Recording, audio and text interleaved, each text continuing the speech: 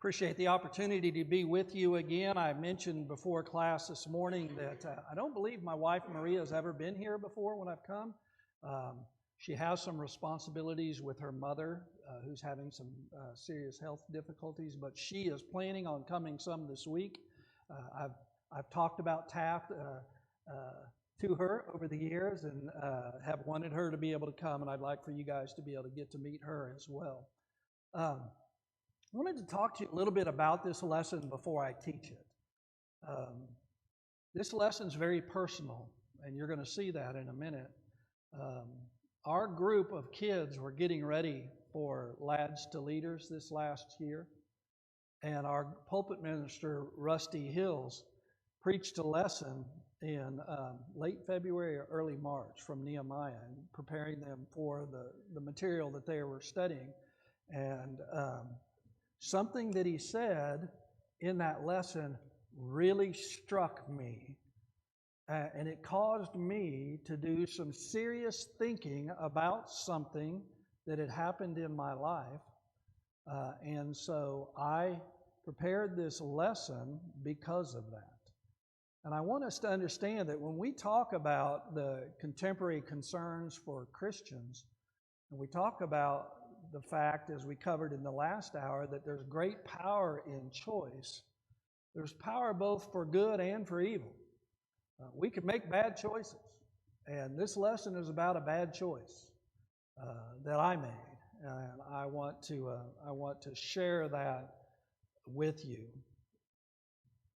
The Bible says in Nehemiah 4, verse 13, "Therefore I positioned men behind the lower parts of the wall at the openings, and I set the people according to their families with their swords, their spears, and their bows." The thing that got me about this verse was this phrase, "and I set the people according to their families." Oops, sorry about that. And it caused me to ask this question: why? Why did he set these men up on the wall where they were going to be rebuilding the walls of Jerusalem after having been destroyed? Why did he set them up with their families? Well, one of the reasons is explained. It talks about that they're building near where their houses were on the wall and stuff like that, but I think there's more to it than that. And I think one of the things we can learn from this is that God expects us to be watchmen, both for the Lord's cause, in this case represented by the walls of Jerusalem, but also to be watchmen for the causes of our family.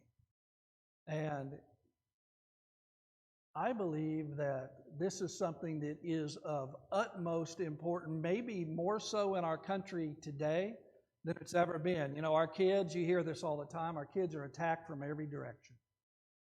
And they're taught things by people, some very well-meaning people and some not so well-meaning people, that are not in harmony with what they learn when they come to the Taft Church of Christ on Sunday for Bible class, or Wednesday, or when you hear a sermon from Brock. It's just not the same. And so we have to be watchmen. We have to be like these watchmen that were set on the walls of Jerusalem to protect our families and to protect the church. As Christians, we must all be watchmen. And the reason for that is because of what's at stake. If we're not watchmen, and if we're just going to go along with whatever anybody says of a religious nature, we can be led away by false teachers. We can be led away by our own thoughts and opinions. We can do, as the Israelites did, what was right in our own eyes instead of looking to what God's Word says, and that has never, throughout history, turned out well for those that do that. Peter writes this: "Be sober, be vigilant, because your adversary, the devil, walks about like a roaring lion, seeking whom he may devour." Now, when we think about today in the Christian age of watchmen and those that are looking out, sometimes, maybe wrongly so, our mind turns to the leadership in a congregation. Maybe it turns, if you have elders, to the eldership, or maybe to your deacons, or maybe to your minister. If you don't have those, then maybe to the men of the congregation that makes decisions for the Christians, in the members of their congregation. But this verse isn't written to the leadership of a congregation. It's written to us. It's written to the members of a congregation.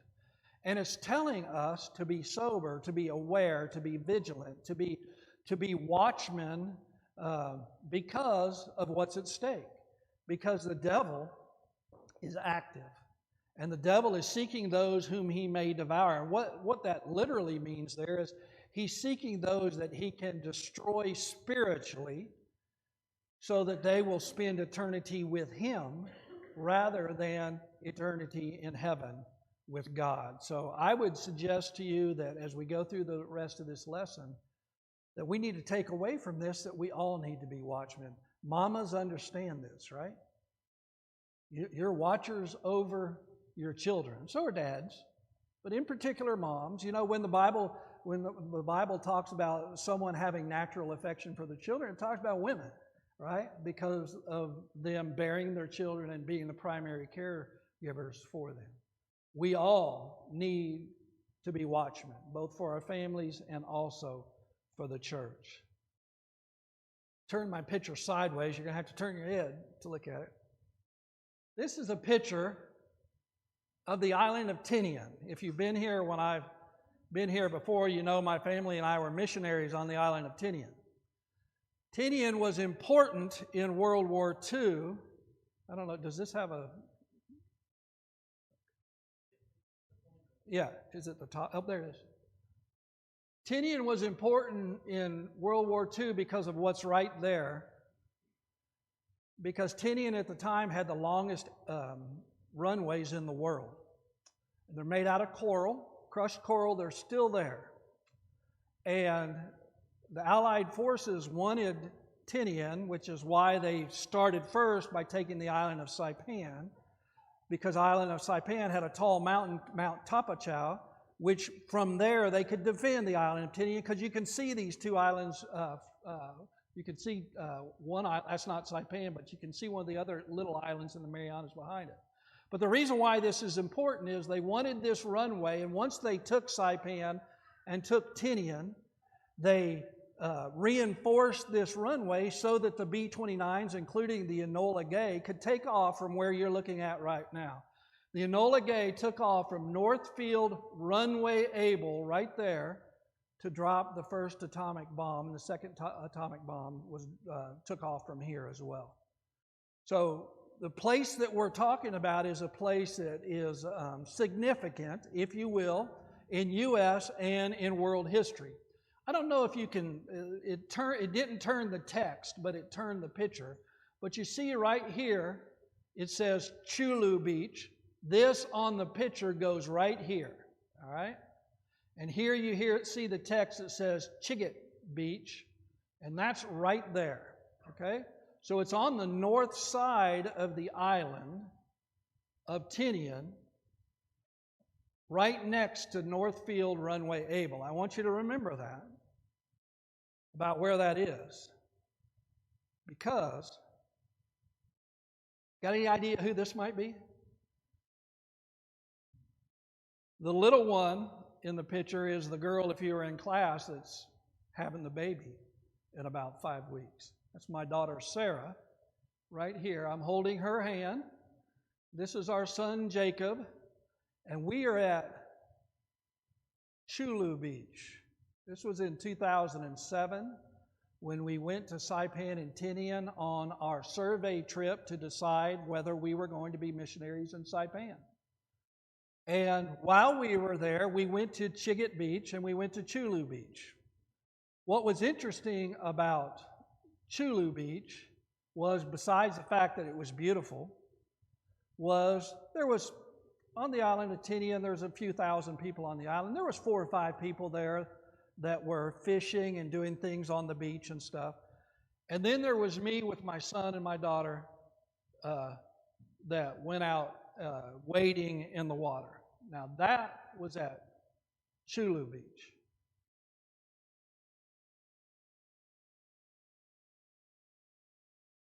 This is a picture from the 1980s of Chigit Beach. And the reason why I wanted to show you this was, when I got back from my survey trip, there was a fellow that I worked for and with Tyson Foods for about 20 years. His name's Rob Adler. Rob was a Marine. And I knew that Rob had been stationed in, if you've ever heard of Guam, Saipan and Tinian are just north of Guam in the Mariana Islands. And I knew that Rob had been stationed in Guam.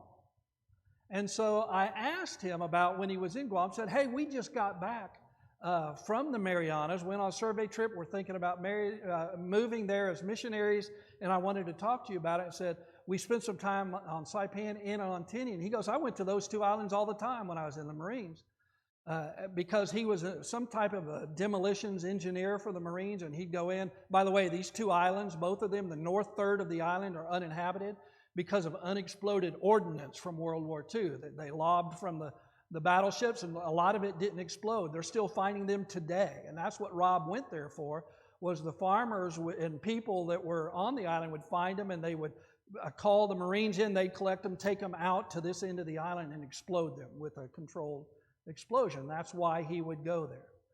So I told him that we really liked Tinian because of the beaches, and he goes, really? What beaches did you go to? And he said, I told him we went to Chigit and Chulu Beach. He goes, I remember those beaches well. He said, I remember going to Chigit Beach, and when we would go there, after we were done working, a group of us would go down to the beach, and we could swim as long as there were armed guards in the guardhouse because the sharks were so bad.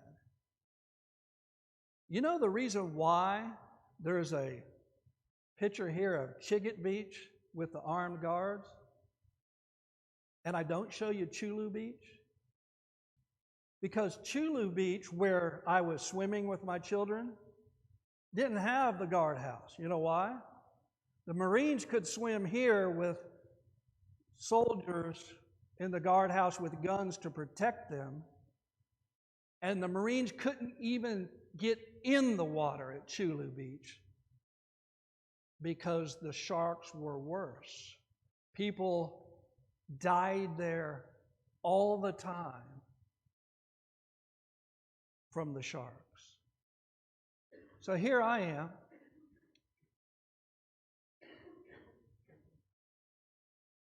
with my children in a beach that the Marines couldn't even go to because the sharks were so bad. What did I do wrong?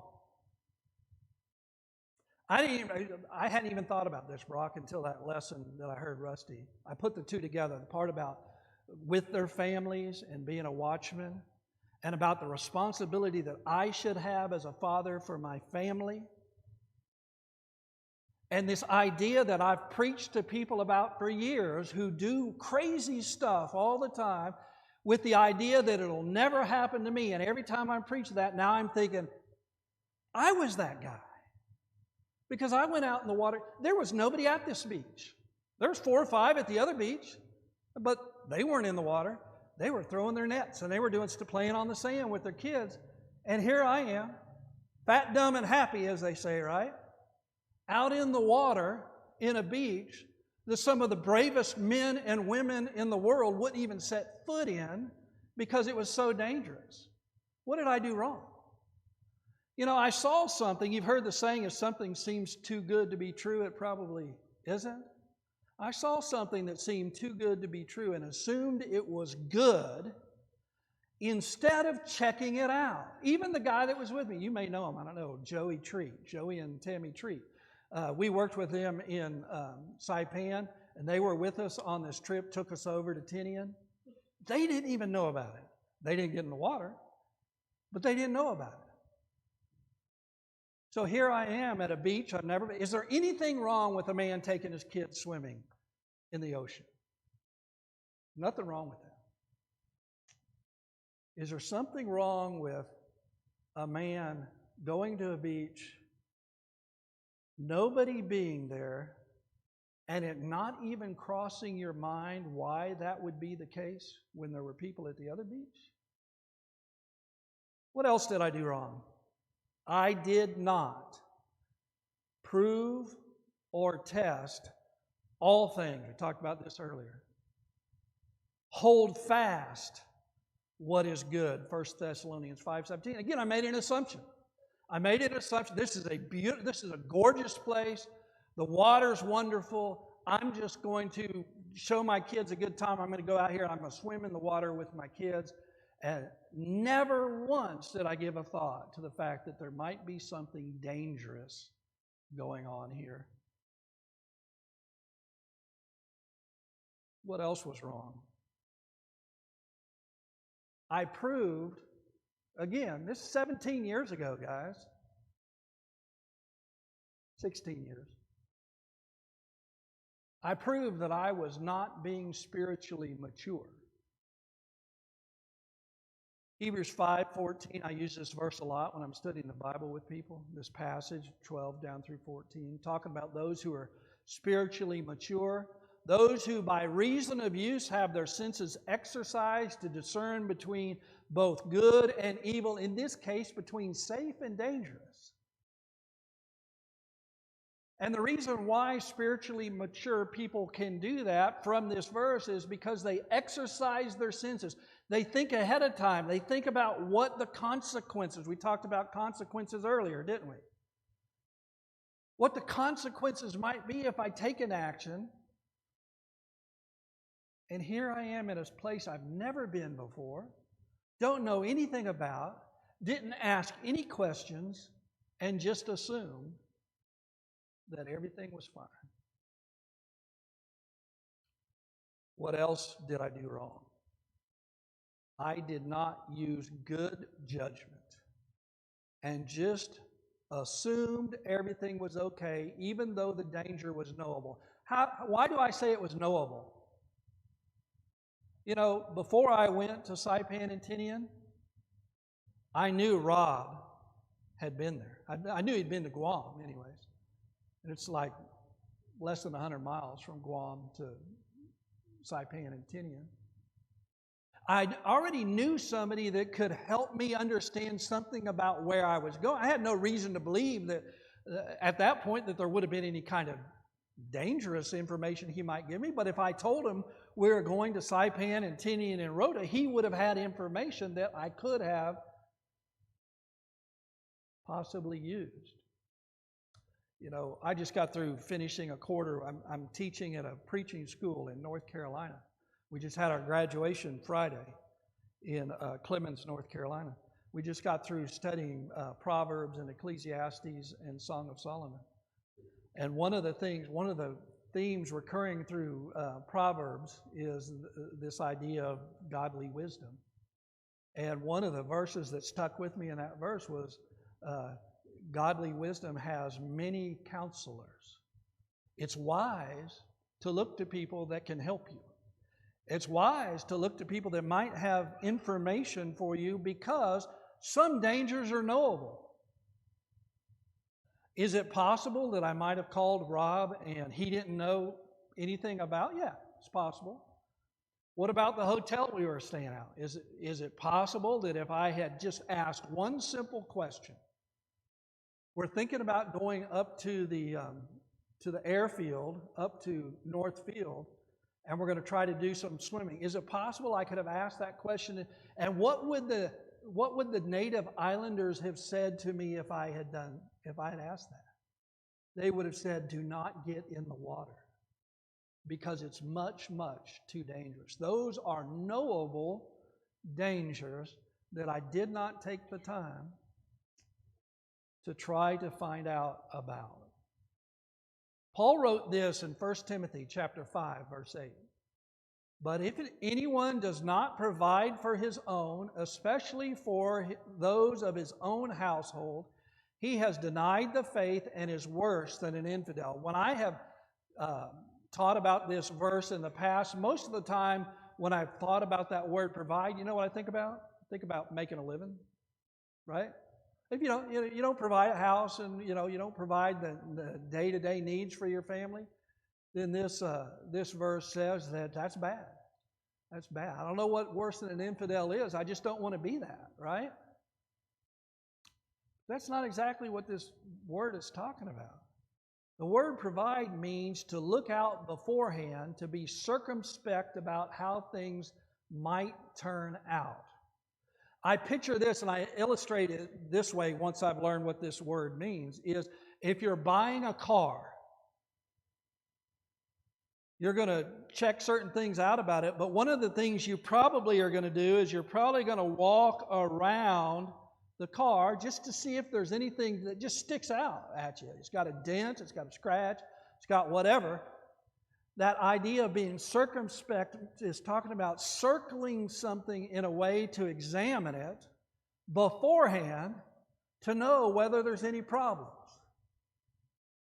So what Paul was telling Timothy is, if a man doesn't think about things ahead of time and about how they might affect his family, if he doesn't look at things circumspectly from all directions, then he's not doing his duty as a father.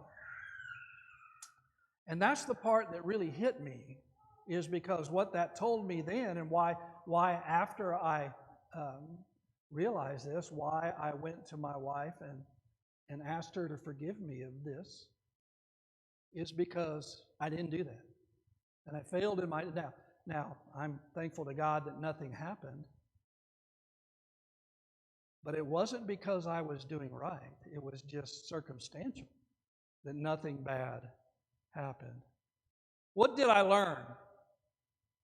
Some dangers can and should be known and avoided. We as Christians are to be watchmen. We are to look out for dangers from the world. We talked about a little bit of that earlier. We're to think about the culture that we live in and the direction they're wanting to push us to and mold us into, rather than being transformed into the image of God's Son. The world wants us to be transformed into their image. We've got to be cognizant of that. We've got to be thinking about that.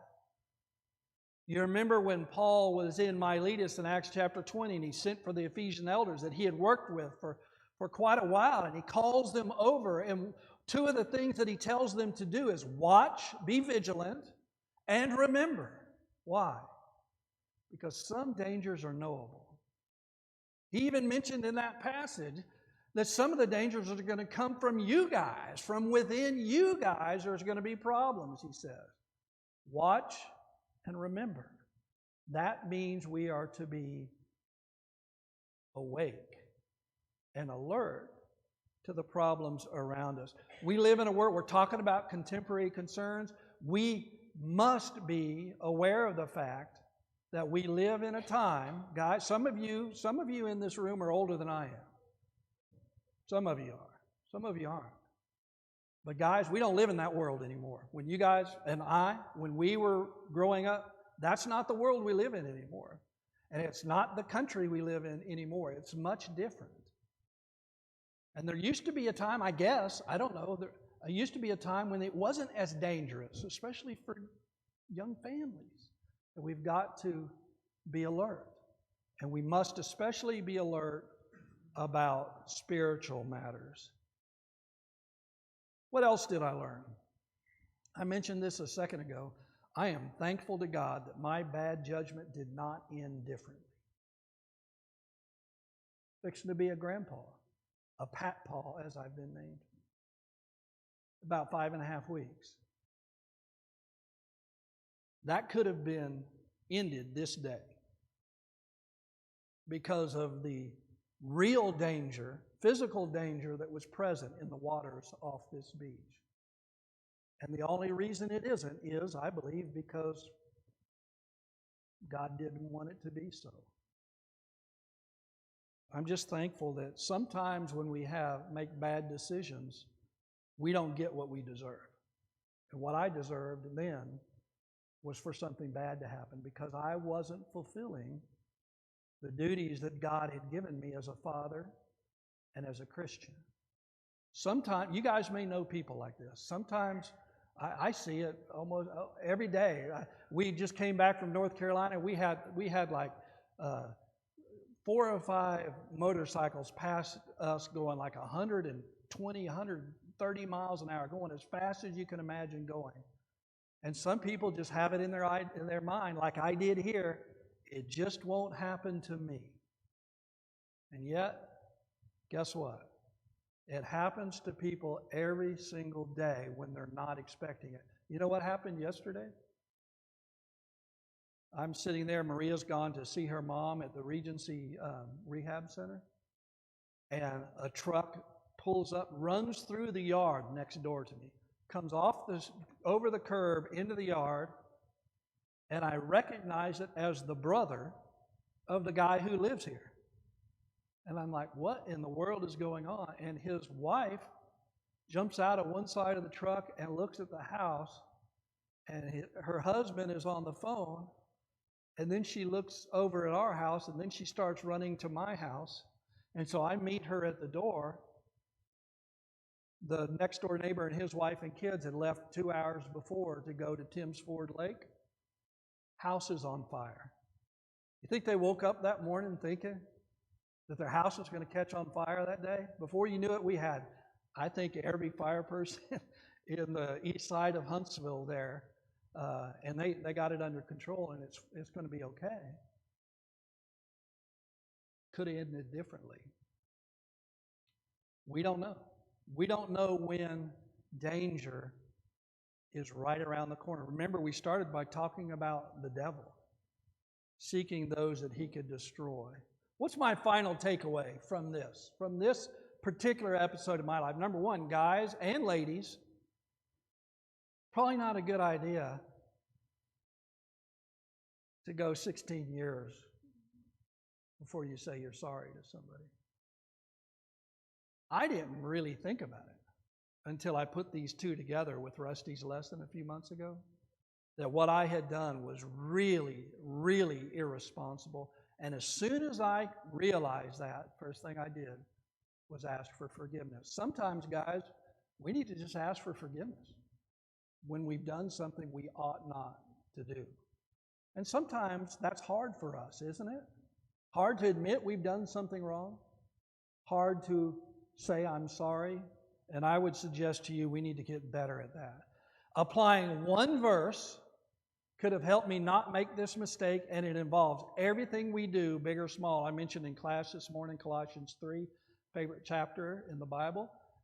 We looked at verses 1 through 4 in class, but the one that is my favorite verse in the Bible is Colossians 3:17. And whatever you do, do all in the name of the Lord Jesus, giving thanks to the Father through him. Colossians chapter 3, verse 17. How's that apply? I think that's the next slide. How does that apply to this situation?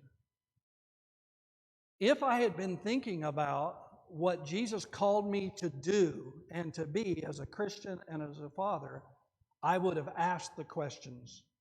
I would have known the knowable, and I would have restrained myself from doing something that put my family into unnecessary danger just by applying this one verse. Because I could not do that with the authority of Jesus Christ without considering those things ahead of time. That's the providing for your family thing. I just didn't do it. And I needed to do it. And I need to spend the rest of my life thinking about those things before I do something. I should have considered what Jesus would have me to do to protect my family and to be a watchman. For their safety, for their physical safety in this case, and also for their spiritual safety as well. Remember, as Christians, we all must be watchmen. Peter says to be sober, to be clear-minded, to be free from the effects of intoxicants of any kind. We're going to talk about that Tuesday night. Be vigilant, be awake, be alert, be aware. Why? Because the devil is walking about like a roaring lion, seeking to whom he may desire, he may devour. This lesson really wasn't directed so much towards anybody else, more so than it was a reminder to me. But I hope there's something that you can take away from it if your mindset has been anywhere near like mine has been, which is, it just won't happen to me. I know bad things happen to other people, but it won't happen to me. It didn't happen to me in this case, but again, it wasn't because I was doing the wrong thing. It just so happened that at that time, it didn't happen. And the more we do that and the more we live our lives thinking that something isn't going to happen, the more we take risks like that are undue, the more likely it is that it will happen. And we don't want to put our families through that. Please understand that I'm saying this in love, but I'm saying it to you as I am to myself. If we haven't been thinking about the physical and the spiritual safety of our families and our church family like we should, we need to start.